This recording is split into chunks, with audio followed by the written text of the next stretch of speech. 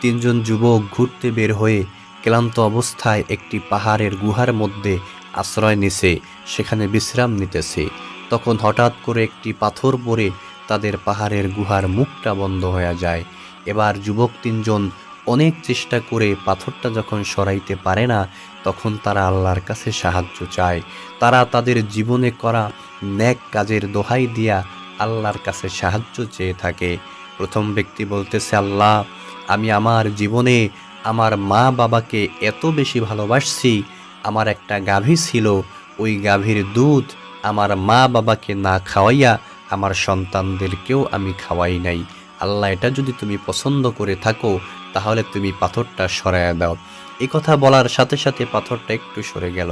এবার দ্বিতীয় ব্যক্তি বলতেছে, আল্লাহ, আমি একবার একজন মহিলার সাথে জিনা করতে গেছিলাম।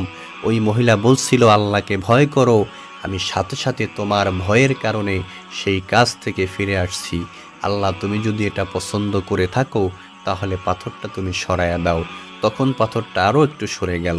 তৃতীয় ব্যক্তি বলল, আল্লাহ, আমার একজন শ্রমিক আমার কাছে কাজ করে পারিশ্রমিক না নিয়েই সে চলে গেছে। তার ওই পারিশ্রমিকের টাকা দিয়া আমি একটা বকরি কিনে লালন পালন করে বিশাল পাল তৈরি করছি। তার সাথে যখন দেখা হয়েছে, আমি সাথে সাথে আমার সেই পারিশ্রমিকের দ্বারা তৈরিকৃত বকরির পাল আমি তাকে দিয়া দিছি। আল্লাহ, যদি তুমি এতে খুশি হয়ে থাকো তাহলে তুমি আমাদের এখান থেকে মুক্ত করো, পাথরটা তুমি সরাইয়া দাও। সাথে সাথে পাথরটা চলে গেল।